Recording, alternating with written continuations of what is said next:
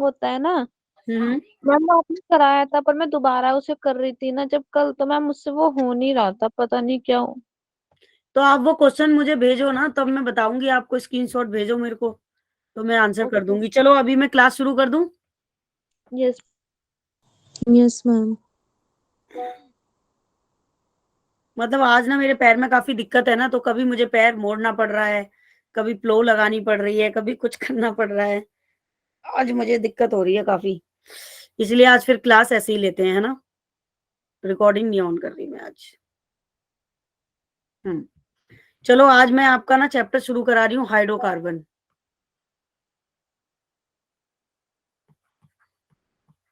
Hydrocarbon में देखो जो इम्पोर्टेंट है, वो सबसे ज्यादा इम्पोर्टेंट है एल्केन्स।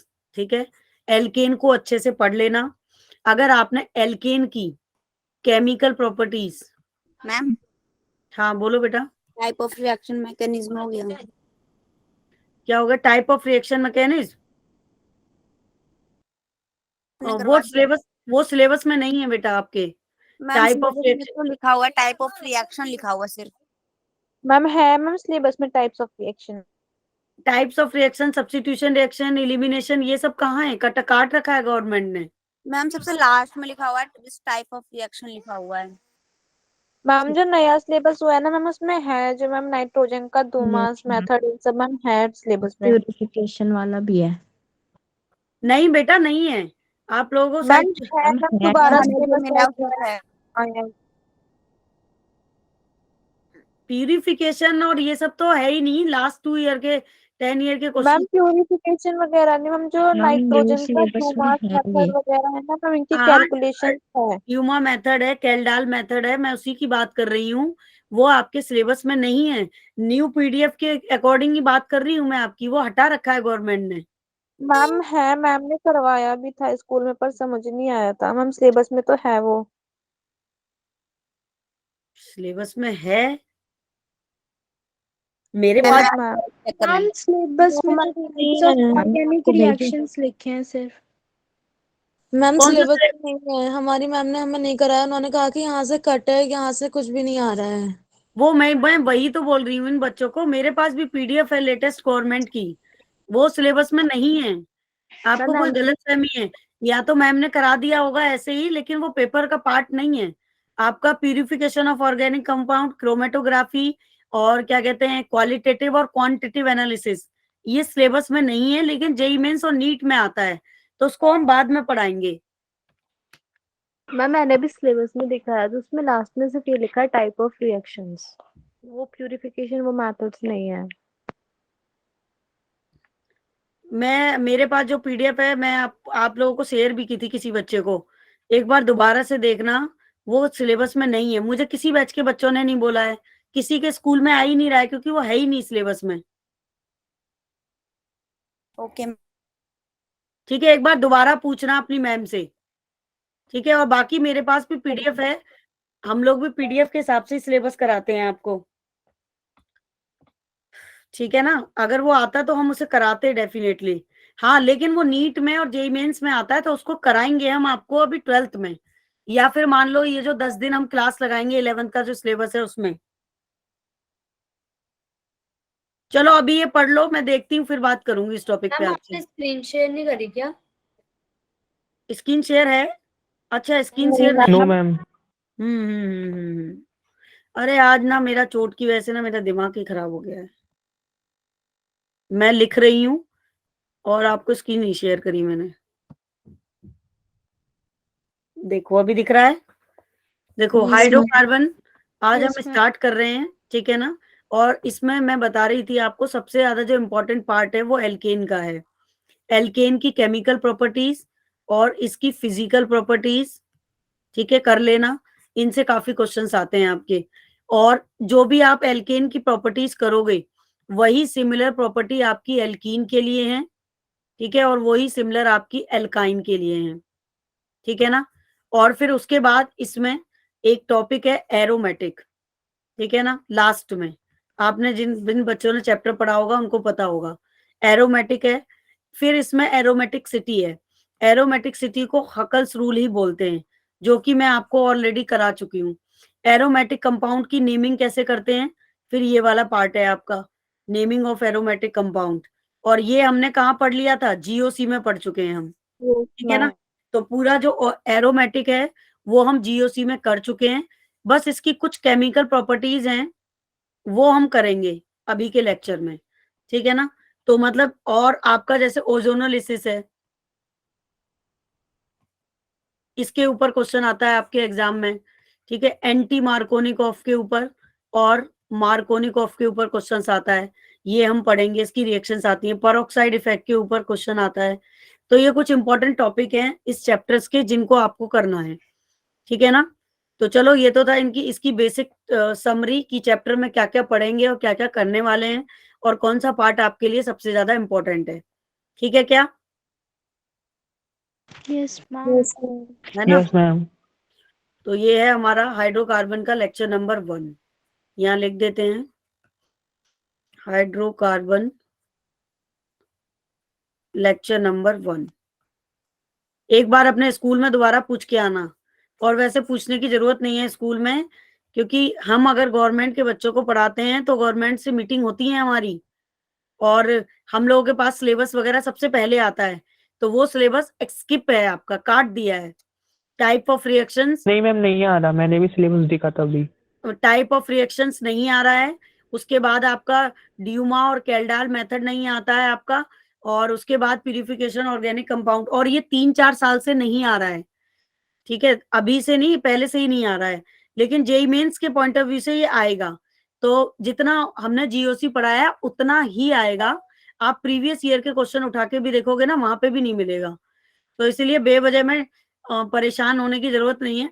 हो सकता है स्कूल के टीचर्स ने करा दिया हो, अगर हमारे पास टाइम होता ना, जैसे अभी हमारा टाइम कम है, तो वो शायद मैं भी करा देती आपको नीट के पॉइंट ऑफ व्यू से पहले ही, जैसे हमने स्टेट ऑफ मैटर करा दिए हैं, बहुत सारी चीजें करा दी हैं एक्स्ट्रा।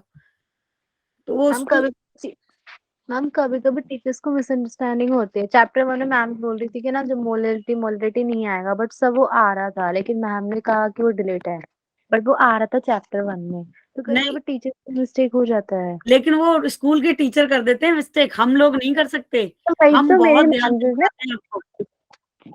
जो मेरी मैम है ना स्कूल की, उन्होंने कहा था कि चैप्टर 1 से एक डिलीट है, तो वो डिलीट था नहीं।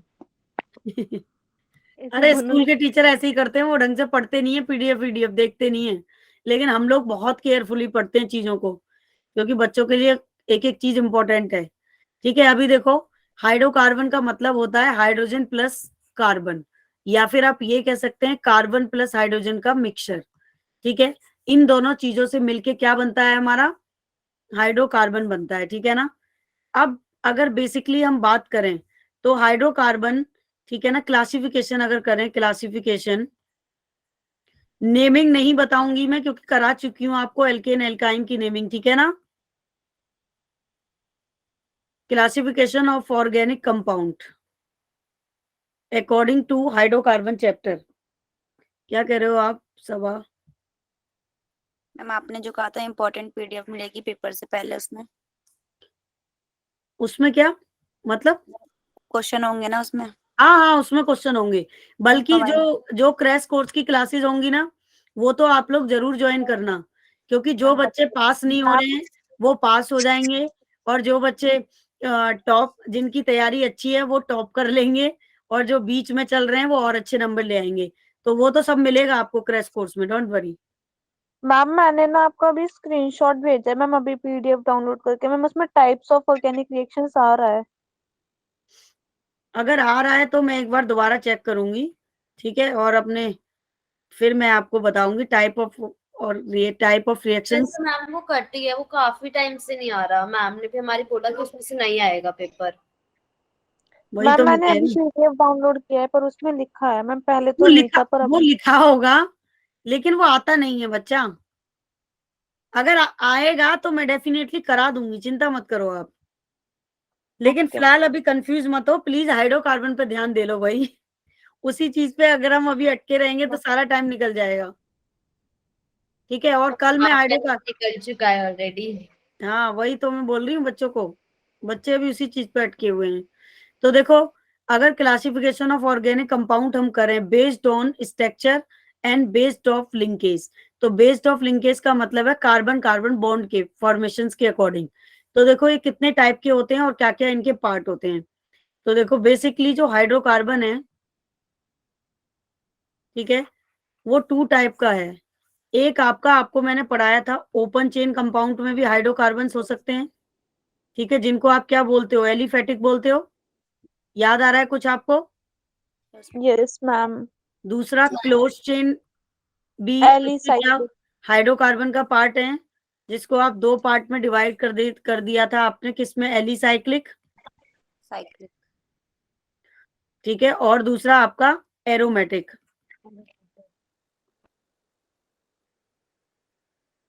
कंपाउंड, ठीक है ना। तो देखो एलिफेटिक कंपाउंड तो आप जानते ही हो, वो कंपाउंड जो ओपन चेन कंपाउंड्स होते हैं, ठीक है। तो कोई भी एरोमेटिक कंपाउंड, ठीक है, या फिर एलिसाइक्लिक कंपाउंड आपके ये हाइड्रोकार्बन है। जहां पे भी आपको हाइड्रोजन और कार्बन मिल जाए, वो पार्ट हमारा हाइड्रोकार्बन का है। तो जैसे कि ये हो गया आपका propane. Propane open chain structure है, हाइड्रोकार्बन का पार्ट है, ठीक है। अगर आप लिख देते हो CH2 और कोई अगर ब्रांच भी लगा देते हो ऊपर, तब भी ये आपका हाइड्रोकार्बन है, ठीक है। एलिसाइक्लिक की बात अगर करते हैं, तो एलिसाइक्लिक में कौन से कंपाउंड होते हैं, जो क्लोज चेन कंपाउंड होते हैं, जिनकी साइक्लिक होती है। इसको आप क्या बोलते हो, साइक्लोप्रोपेन, पेंटेन, ठीक है। तो ये एलिसाइक्लिक है। अगर आप कोई दूसरा एलिसाइक्लिक लोगे तो ये ले सकते हो, साइक्लोहेक्सेन, साइक्लोहेक्सेन। ठीक है ये। और एरोमेटिक कौन से होते हैं हमारे, जैसे कि आपका बेंजीन हो गया, में ऑल्टरनेट में पाई ठीक बॉन्ड्स है, होते हैं। बिल्कुल ऑल्टरनेट बट डबल बॉन्ड्स हो। डबल बॉन्ड्स होते हैं। और मैंने एरोमेटिक की क्या कंडीशंस पढ़ाई थी आपको, अगर मैम वो हक्कल्स कंपाउंड, रूल फॉलो करेगा और मॉलिक्यूल प्लेनर होगा। बिल्कुल, ठीक है। तो ये ध्यान रखना है आपको, 1 नंबर में या 2 नंबर में आपके पेपर में क्वेश्चन आता है, what is the aromatic city. तो एरोमेटिक सिटी क्या होती है, हकल्स रूल को फॉलो करती है। तो मैंने यहाँ 3 पॉइंट तुम्हें बताए थे कि ऑल कार्बन sp2 हाइब्रिडाइज्ड होने चाहिए, कभी भी एरोमेटिक कंपाउंड अगर है तो ऑल कार्बन इज sp2 हाँ। हाइब्रिडाइज्ड, ठीक है। And molecule will be planar, molecules will be planar, ये होना चाहिए, ठीक है ना।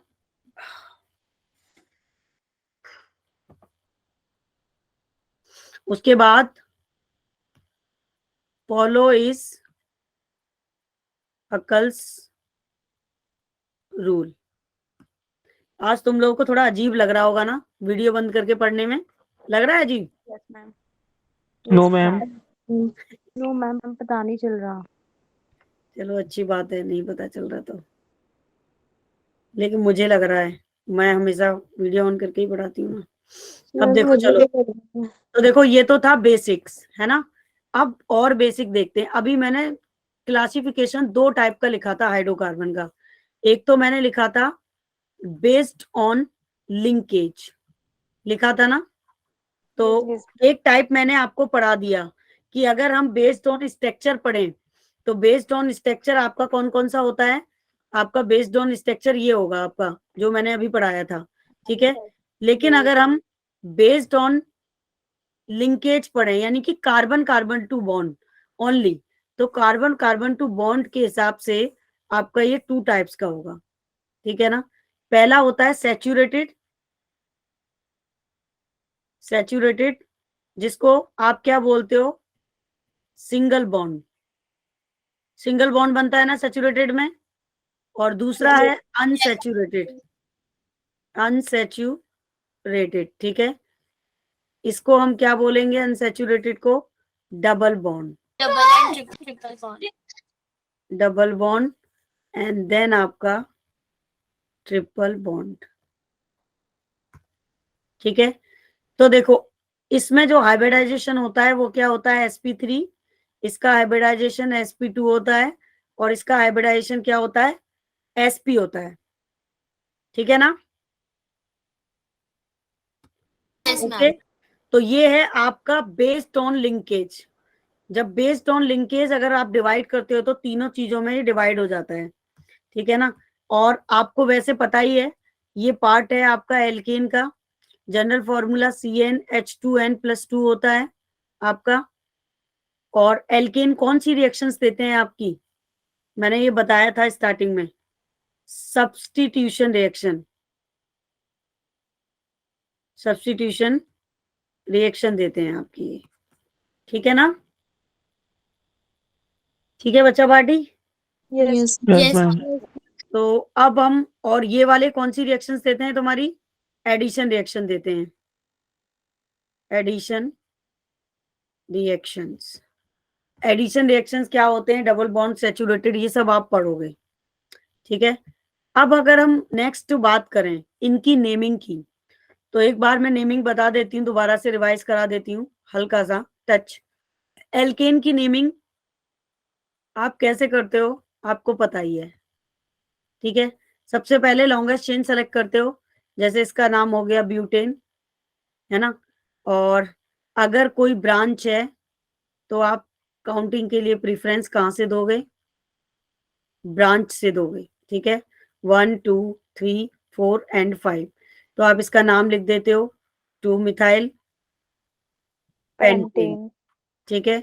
या फिर अगर आप कोई भी चीज सेकंड लास्ट कार्बन पे लगा देते हो, ठीक है ना, और यहाँ पे CH2 ये हो जाए, तो ये बन जाएगा आपका आइसोप्रोपाइल, आइसोप्रोपाइल। ठीक है? अगर आपने सेम कार्बन से 2 CH3 लगा दिए तो ये बन गया आपका न्यू एल्केन नियो पेंटेन, ठीक है? तो नेमिंग के रूल्स आपको पता है, एल्केन की नेमिंग कैसे की जाती है, ठीक है ना?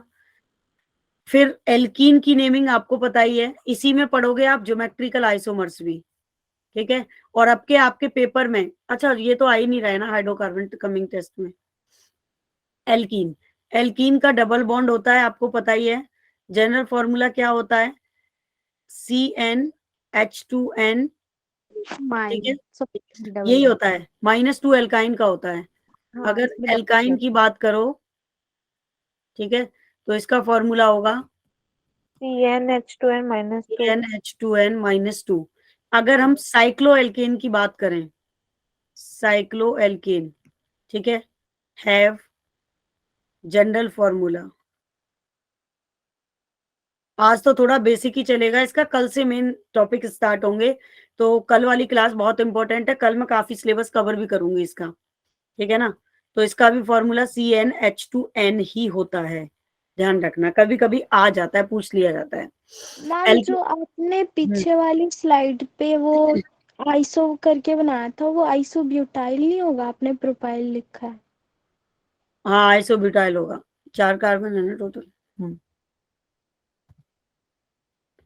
सही बोले आप, ब्यूटाइल, ठीक है? और कोई डाउट? No ma'am. अब देखो आगे, अब नेक्स्ट है आपका एल्कीन की नेमिंग। एल्कीन की नेमिंग आपको पता ही है कैसे करनी होती है, डबल बॉन्ड की तरफ से आप क्या करते हो, काउंटिंग करते हो, ठीक है ना? यहाँ पे एक ही H आएगा, तो 1 2 3 4, ये तो रट गई होगी। अब क्या होगा इसका Yes. नाम, ब्यूट मैम 1 ब्यूट 1 ठीक है? और अगर डबल ग्रुप आ जाए और भी ग्रुप्स आ जाएं, तो हाइड्रोकार्बन में भी कुछ नेमिंग ऐसी है कि ग्रुप्स के साथ भी हैं, और अगर ट्रिपल बॉन्ड आ जाए आपका और डबल भी आ जाए, तब भी आपको पता ही है नेमिंग कैसे करनी है।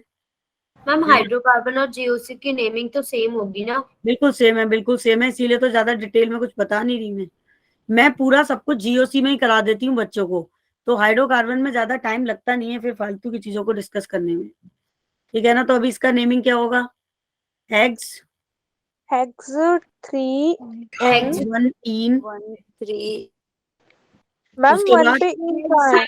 3 साइन है। मैम 3 होगा ना? मैम आइन होगा ना इन।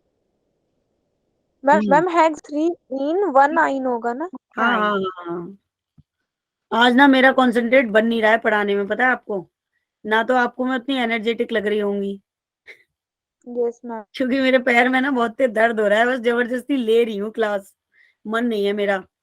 और मैं अभी अगली वाली क्लास में ना बच्चों को मैसेज करती हूँ ग्रुप में कि वो रात को एक ही टाइम आ जाए 9:30 बजे, इसके बाद जो क्लासेस है मेरी, क्योंकि आज मुझे लग नहीं रहा है कि मैं क्लास ले पाऊंगी, बहुत ज्यादा दिक्कत हो रही है पैर में, कमर में, इसीलिए तो गलतियां हो रही हैं, मेरा माइंड कंसंट्रेट नहीं हो रहा है यहाँ पे। तो देखो हैग्स क्या बोल रहे थे आप लोग, 3, हाँ 3 पे है, ma'am x3 in one one पे आएंगे। वन 1 आई आइन, आई। बिल्कुल सही, ठीक है ना। तो ये बिल्कुल सही आंसर बोला आपने। चलो मैंने आपको सब सिखा रखा है तो आपको पता है कि कहाँ क्या लगना है, अच्छी बात है। वही तो मैं कहती हूँ, मैं मेरे को प्रॉब्लम तो यही है कि आप लोग यहाँ अच्छा रेस्पॉन्स करते हो, टेस्ट में क्या करके आते हो, आते हुए सब कुछ टेस्ट में गलतियां कराते हो। यही बात तो मुझे डाइजेस्ट मैम नहीं होती है। अब हम लोग अपने हिसाब से सही करते हैं, बिल्कुल चेकआउट करके कैसे होगा ऐसे होगा, पर वो गलत हो जाता है, हम लोग को लगता है बिल्कुल सही है, मतलब हमने अच्छे से किया है। हाँ सेम प्रॉब्लम है। इस बार आयुष ने सबको पीछे छोड़ दिया है। नेगेटिव आयुष, मार्किंग हो जाता है और कट जाते हैं नंबर। हाँ होता है, लेकिन आप क्या ही कर सकते हो। अब देखो फिजिकल प्रॉपर्टीज बता रही हूँ मैं एल्केन की, ये काफी इंपॉर्टेंट है, इनसे क्वेश्चन आना ही आना है। सबसे पहले केमिकल कराने की जगह मैं फिजिकल प्रॉपर्टीज करा रही हूँ आपको। तो देखो सबसे पहले फिजिकल प्रॉपर्टी में आती है, जो प्रॉपर्टी है वो है बॉइलिंग। पहले एल्केन की करा रहे हो ना? बॉइलिंग पॉइंट, हाँ एल्केन की कराऊंगी पहले, ठीक है। एल्केन, डोंट वरी, चिंता मत करो। सीबीएसई का जो क्रैश कोर्स तैयार कर रही हूँ ना आपका ऑर्गेनिक का, वो मैं कर रही हूँ। तो मैं आपको ऐसा क्रैश कोर्स बना के दूंगी, उसमें से पूरा पूरा आएगा आपके पेपर में। जो क्रैश कोर्स मैं बना के दूंगी उससे बाहर क्वेश्चन आएगा ही नहीं इन दोनों चैप्टर से सीबीएसई में, ठीक है। आपका सीबीएसई हम संभाल लेंगे, सीबीएसई की टेंशन नहीं है। मैं तुम कमिंग संडे का टेस्ट संभाल लो भाई प्लीज। मेरे साथ रहना चाहते हो कि नहीं? Yes ma'am. Yes ma'am. भाई जितना जितना तुम्हें मैम से लगाव है उतना मैम को भी लगाव हो गया है तुमसे, ठीक है। तो देखो बॉइलिंग पॉइंट, बॉइलिंग पॉइंट का मतलब क्या होता है आप लोग जानते हो? हाँ यूज ऑफ कोर्स, ठीक है। बॉइलिंग पॉइंट का मतलब होता है किसी भी चीज को जितने टेम्परेचर पे, ठीक है, आप बॉईल करते हो तो वो बॉईल होने लग जाए, तो उसका उसका बॉइलिंग पॉइंट होता है। मेल्टिंग का मतलब कि कोई भी लिक्विड सॉल्यूशन जितने टेम्परेचर पर मेल्ट हो रहा है वो उसका मेल्टिंग पॉइंट होता है, ठीक है ना। तो जो बॉइलिंग पॉइंट होता है वो हमेशा ध्यान रखना, एल्केन का बॉइलिंग पॉइंट डायरेक्टली प्रोपोर्शनल होता है मोलर मास के या मॉलिक्यूलर वेट। मॉलिक्यूलर वेट समझते हो? मॉलिक्यूलर वेट यानी कि मोलर मास, मोलर मास। जैसे हमने लिया इथेन, ठीक है। अब इसका मोलर मास कितना होगा? कार्बन का निकालेंगे 12, हाइड्रोजन का, तो मतलब बॉइलिंग पॉइंट डायरेक्टली प्रोपोर्शनल होता है मोलर मास के। अगर किसी का मोलर मास बढ़ रहा है तो उसका बॉइलिंग पॉइंट भी बढ़ेगा। तो हम इसको ऐसे समझ सकते हैं, जैसे आपने एक कंटेनर ले लिया, ठीक है, और इस कंटेनर में आपने 5 लीटर पानी लिया, ठीक है। फिर दूसरे कंटेनर में आपने 10 लीटर वाटर लिया, ठीक है। तो ये वाला जो वाटर है वो देर से बॉईल होगा या ये वाला 10 लीटर वाला? ऑब्वियसली बात है। Yes ma'am ma'am. जब किसी मॉलिक्यूल का मोलर वेट, मॉलिक्यूलर वेट अगर बढ़ेगा तो उसका बॉइलिंग पॉइंट भी बढ़ेगा, और अगर मॉलिक्यूलर वेट घटेगा तो उसका बॉइलिंग पॉइंट भी घटेगा। जैसे आपने इथेन का मोलर मास निकाला तो कम होगा, अगर आप यही ब्यूटेन का निकालो C4, ठीक है, H10, ठीक है ना, तो इसका मोलर मास और ज्यादा होगा, ठीक है। तो जैसे जैसे नंबर ऑफ कार्बन बढ़ेंगे उनके मोलर मास भी बढ़ेंगे। तो एक ये सीधा सा कॉन्सेप्ट है और बड़ा सीधा सज्जन क्वेश्चन आता है पेपर में, है ना, कि बॉइलिंग पॉइंट, ठीक है, कब बढ़ता है? अगर मॉलिक्यूलर वेट बढ़ रहा है किसी भी ऑर्गेनिक रिएक्शंस का एल्केन में, तो बॉइलिंग पॉइंट भी उसका बढ़ता है। दूसरा फैक्टर क्या काम करता है इसमें? दूसरा फैक्टर ये है कि अगर boiling point directly proportional, inversely proportional है ब्रांचिंग के। यस मैम, जैसे एक मैम जो पेंटेन होता है मैम, हाँ, नॉर्मल पेंटेन में जो ब्रांचिंग नहीं होती है तो उसका बॉइलिंग पॉइंट ज्यादा होता है, अब फिर देखो ब्रांचिंग होगी तो कम हो जाएगा। बिल्कुल ये पेंटेन है, आप लोग जानते हो, और इसका कॉमन नेम होगा नॉर्मल पेंटेन, ठीक है ना।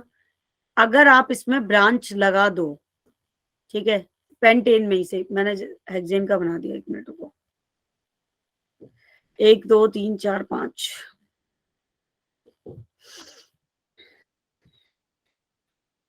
ठीक है ना। आप ये बन गया पेंटेन। अब इसमें आपने ब्रांच लगा दी, ठीक है, तो इसका बॉइलिंग पॉइंट किसका ज्यादा होगा? इसका ज्यादा होगा पेंटेन का कंपेयर टू ब्रांच से। ऐसा क्यों होगा? क्योंकि हम ये पढ़ते हैं। Surface area ma'am, surface area की वजह हाँ, से। मैं यहाँ पे क्लोज प्रॉक्सिमिटी में आ जाता है। बिल्कुल बिल्कुल सरफेस एरिया भी कम हो जाता है, इसकी वजह से भी फर्क पड़ता है। ठीक है ना, समझ रहे हो ना? Yes ma'am. बच्चा पार्टी समझ में आ रही है मेरी बात? क्या कहना चाह रही है ma'am? Yes ma'am. Yes ma'am. Ma'am branching लगेगी तो सरफेस एरिया हाँ, कम हो जाएगा। तो ब्रांचिंग लगेगी तो सरफेस एरिया क्या हो जाता है? कम हो जाता है। और जब सरफेस एरिया आपका डिक्रीज होता है तो बॉइलिंग पॉइंट भी क्या हो जाता है? डिक्रीज हो जाता है। ठीक है क्या? Yes. Yes ma'am. Yes ma'am ma'am. Example. एक बार पीछे हाँ, वाली स्लाइड दिखा दो। अच्छी कर दी थी। एग्जाम्पल देखो यहाँ पे। ये पहला पॉइंट तो ये था कि मॉलिक्यूलर वेट अगर बढ़ रहा है तो मॉलिक्यूलर वेट के साथ बॉइलिंग पॉइंट भी बढ़ता है। दूसरा ये था कि boiling point directly inversely proportional होता है ब्रांचिंग के। अगर कहीं पे ब्रांच बहुत ज्यादा है, जैसे ये पेंटेन का एग्जांपल है, ये सिंपल पेंटेन है, ठीक है, तो इसको बॉयल करने में दिक्कत नहीं आएगी। लेकिन अगर ब्रांच लगा देंगे तो सरफेस एरिया क्या हो जाता है? डिक्रीज हो जाता है। और सरफेस एरिया जब डिक्रीज होगा तो बॉइलिंग पॉइंट भी डिक्रीज होगा। एक जनरल बात सोचो, एक बात बताओ, मान लो एक कोई ये स्ट्रक्चर है, बिल्कुल स्ट्रेट है, ठीक है, तो हम इसे अगर बॉईल कर रहे हैं तो ये सीधे सीधे बॉईल हो जाएगा अपना। अगर इसमें जितनी ज्यादा ब्रांच लगा देंगे, ये स्ट्रक्चर उतना कॉम्प्लिकेटेड हो गया, कंजेस्टिव हो गया एक तरीके से, तो उतना टाइम लगेगा इसको बॉईल होने में। लगेगा कि नहीं लगेगा? तो ब्रांचिंग जब लगाते हैं तो सरफेस एरिया कम हो जाता है। तो मैं यहाँ इस पॉइंट को लिख देती हूँ कि एच दी ब्रांचिंग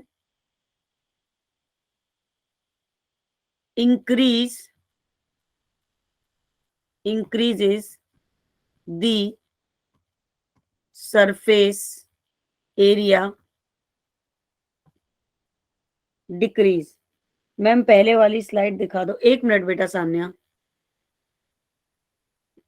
डिक्रीज, ठीक है, ब्रांचिंग करोगे तो सरफेस एरिया घटता है, और सरफेस एरिया घटेगा तो बॉइलिंग पॉइंट भी डिक्रीज होगा। ठीक है क्या? Yes yes ma'am. है ना? Yes ma'am. तो मैम जो बॉइलिंग आपने पॉइंट भी भी घट लिखा गया। मैम, ब्रांचिंग इंक्रीज करने से सरफेस एरिया डिक्रीज होगा। मैम इसे ऐसे भी तो कह सकते हैं, ब्रांचिंग इनवर्सली प्रोपोर्शनल है सरफेस हाँ एरिया के। हाँ, बिल्कुल बिल्कुल कह सकते हो, ऐसे भी कह सकते हो, कोई दिक्कत नहीं है, हम जैसे मर्जी साइक कह सकते हो आप, हम उसमें कोई प्रॉब्लम नहीं है। साइक्लिक का भी तो और कम हो जाता है फिर, हाँ, साइक्लिक का तो कम होगा ही ना, इसी वजह से। है ना, क्योंकि और हम्म। बिल्कुल पास और पास आता है। ये सीधे सीधे पॉइंट आते हैं। अब पूछा कैसे जाएगा क्वेश्चन? देखो कैसे आएगा पेपर में। अगर वो क्वेश्चन देता है तो क्वेश्चन आएगा आपका ऐसे, जैसे मान लो ये ब्यूटेन है, ठीक है, आप उसने दे दिया, फिर तुम्हें यहाँ पे दे दिया उसने ये एग्जाम्पल, फिर उसने यहाँ पे दे दिया 1 ब्रांच वाला, फिर उसने यहाँ पे दे दिया मोर ब्रांच वाला। तो आपसे पूछेगा कौन सा ऑप्शन करेक्ट है, किसका बॉइलिंग पॉइंट ज्यादा होगा। तो मैम आपको ए 2 का। पॉइंट ध्यान रखने हैं। और अगर उसने ब्रांच नहीं दी आपको, ठीक है, मॉलिक्यूलर मास में डिफरेंस कर दिया, ठीक है, तो आपको पता ही है, मैंने बताया डायरेक्टली प्रोपोर्शनल होगा। जिसका जितना ज्यादा मोलर मास होगा उतना ज्यादा ब्रांचिंग होगा उसका। ठीक है ना? Yes ma'am. चलो अभी आगे देखो। अब देखो मेल्टिंग पॉइंट। मैम एक बार लास्ट स्लाइड दिखाओगे आप? हाँ हाँ बिल्कुल आयुष, क्यों नहीं, 1 minute. Melting point, okay ma'am. इससे पहले वाली तो नहीं दिखानी थी? नहीं नहीं मैम, हो गया। हो गया? ओह माय गॉड, आज मैं आपकी क्लास ना एक्सटेंड नहीं कर पाऊंगी, ठीक है? आज तो मैम वैसे भी आज बायो की भी है ना 5 बजे। नहीं, मेरे से तो क्लास ली ही नहीं जा रही। मैं बाकी की 2 क्लास का देखती हूँ, आज लूंगी या फिर किसी और को दूंगी। क्योंकि मेरे पैर में ना बहुत ज्यादा तेज पेन हो रहा है। ये 2-3 दिन तो परेशान करेगा। मसल्स पेन परेशान करता है ना, कोई मसल्स खिंच गई है। अब देखो, जो मेल्टिंग पॉइंट होता है वो डायरेक्टली प्रोपोर्शनल होता है मोलर मास के। तो ऑब्वियसली बात है, अगर ये है एक ब्रांच ब्यूटेन, ठीक है, 1 मिनट इसको ब्यूटेन कर देती हूँ मैं पहले, 1 2 3 4, और ठीक है एक ब्रांच है पेंटेन आपकी, तो किसका मोलर मास ज्यादा होगा, किसका मैम मेल्टिंग पॉइंट ज्यादा होगा? मैम पेंटेन का मेल्टिंग पॉइंट ज्यादा होगा। पेंटेन का। हाँ, कि MP directly proportional to molar mass, ठीक है ना।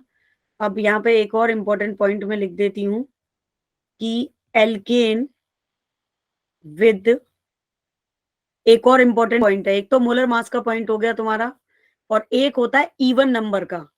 तो जिसका इवन नंबर है कार्बन का, उसका मोलर एमपी ज्यादा होगा, और जिसका ऑड नंबर है उसका एमपी कम होगा। तो ये वाला इंपॉर्टेंट पॉइंट मैं यहाँ लिख देती हूँ कि alkanes with even number of carbon have more MP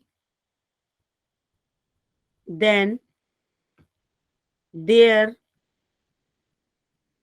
previous and next odd carbon alkanes. This property is commonly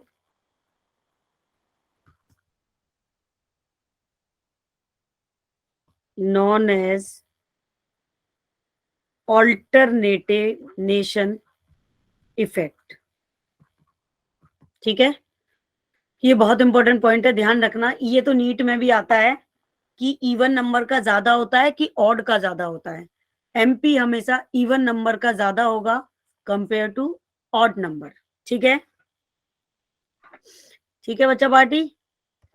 yes ma'am. ऐसा ऐसा क्यों होता है, एक और पॉइंट लिखवा दे रही हूँ, क्योंकि उसमें सिमेट्री होती है, इसलिए कि alkane with even number of carbon atom gets packed closely. हाँ बेटा बोलो। मैम जो अभी आपने पीछे एग्जांपल दिया मैम ब्यूटेन का और पेंटेन का, मैम आपने बोला जिसका इवन नंबर ज्यादा होगा कार्बन में, मैम वो ज्यादा उसका मेल्टिंग पॉइंट होगा, तो मैम उस अकॉर्डिंग तो हाँ ब्यूटेन का ज्यादा ब्यूटेन का ही मेल्टिंग होगा, पॉइंट होना अगर चाहिए ना। इसके हिसाब से देख रहे हो, पहले वाले पॉइंट के हिसाब से, तो पेंटेन का ज्यादा है, ठीक है। मैं इसको यहाँ बना देती हूँ अलग से, नहीं तो आपको कंफ्यूजन ही रहेगा।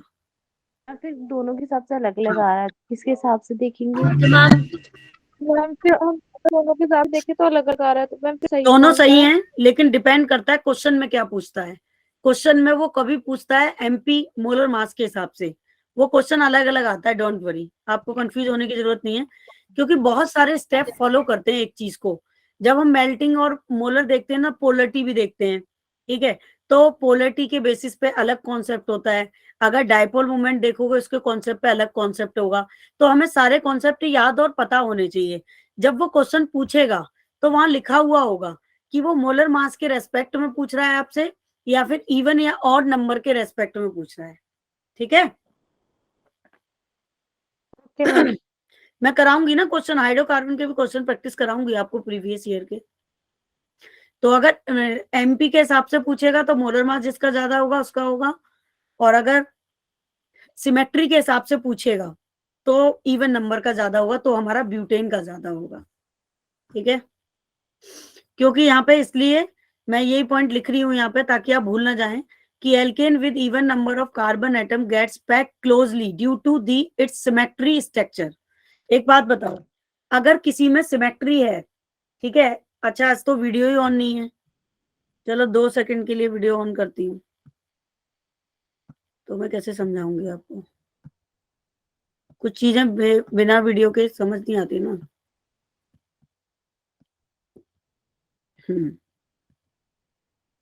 देखो, अगर कहीं पे कोई भी सिमेट्री है तो सिमेट्री होने की वजह से ग्रिप ज्यादा अच्छी है ना, ये क्लोजली पैक्ड है, मैम थोड़ा सा हाथ आगे कर लो, वो वॉलपेपर की वजह से। हाँ ठीक है ना, ग्रिप अच्छी है।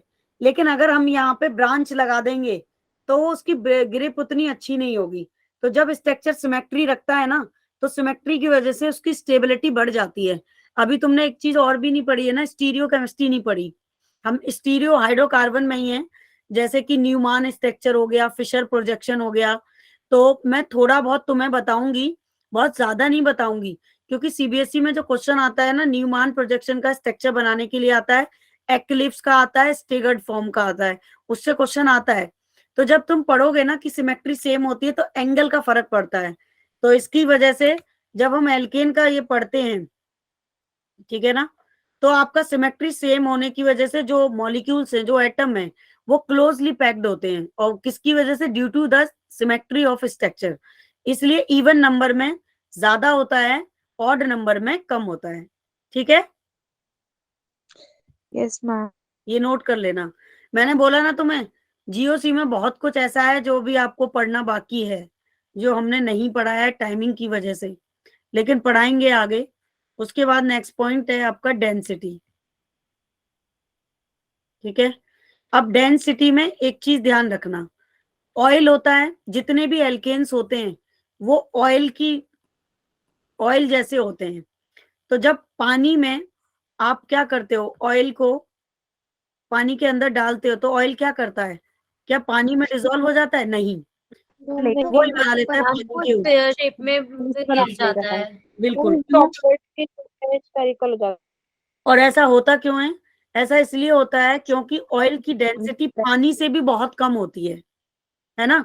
तो जितने भी एल्केन होते हैं बेटा आपके, ठीक है, उनकी डेंसिटी वाटर से भी बहुत कम होती है, क्योंकि ऑयल एल्केन ही होते हैं।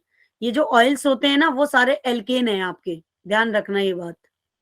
ठीक है, तो फिर इसलिए यहाँ पे कहा गया है कि alkane are the least dense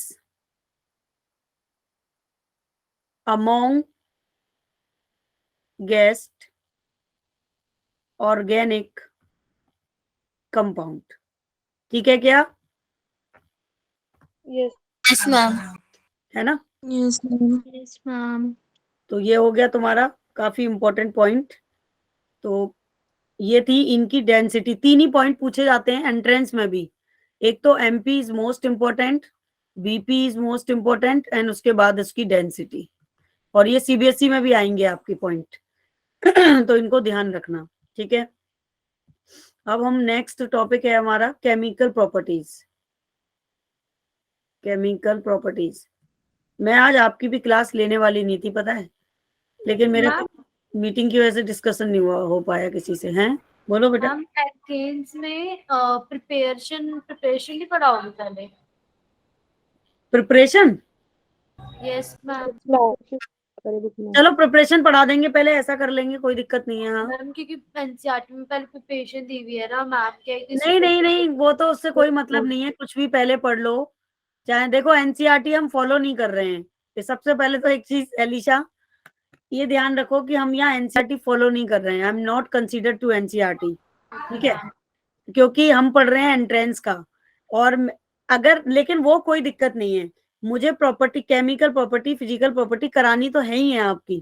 ठीक है, मैं अभी इस चैप्टर में भी कराऊंगी आपको, केमिकल प्रॉपर्टी भी कराऊंगी और फिजिकल प्रॉपर्टी भी कराऊंगी। तो वो कोई फर्क नहीं पड़ता है कि कोई भी चीज मैं आगे कराऊंगी या पहले कराऊं, डजेंट मैटर। लेकिन अगर आप चाहते हो कि पहले प्रिपरेशन करा दी जाए तो प्रिपरेशन करा देंगे, उसमें कोई दिक्कत नहीं है। ठीक है, पैसे से लगे पैसे का, मेरे को लगा वो स्किप हो गया इसलिए। नहीं नहीं नहीं, स्किप कुछ नहीं करेंगे, डोंट वरी। अभी तक मैंने कोई टॉपिक स्किप किया आपका नहीं, कुछ भी स्किप नहीं होगा। लेकिन एंट्रेंस के पॉइंट ऑफ व्यू से मैं पढ़ा रही हूँ ना, तो मैं तो उसी तरीके से पढ़ाती हूँ। तो चलो आज मैं फिर ना शुरू नहीं कर रही है, कल से ही शुरू करूंगी, कल की क्लास में। रह जाएगा ना आधा। हाँ, रह नहीं जाएगा। और ये एलिसा मेरे से ना बैठा ही नहीं जा रहा है आज बिल्कुल। मेरे पैर में ना बहुत तेज एक्सट्रीमली पेन हो रहा है, मतलब पैर मूवमेंट ही नहीं कर रहा है, इतनी कोई मसल्स ऐसे खिंच गई है कि वो दिक्कत कर रही है मेरे को। तो चलो फिर सॉरी आज के लिए बच्चा पार्टी, आज इतना ही रखते हैं। शुक्र है कि मैंने आपकी क्लास तो ले भी ली है, अगली क्लासों का भरोसा नहीं है, पता नहीं मैं आज ले पाऊंगी कि नहीं।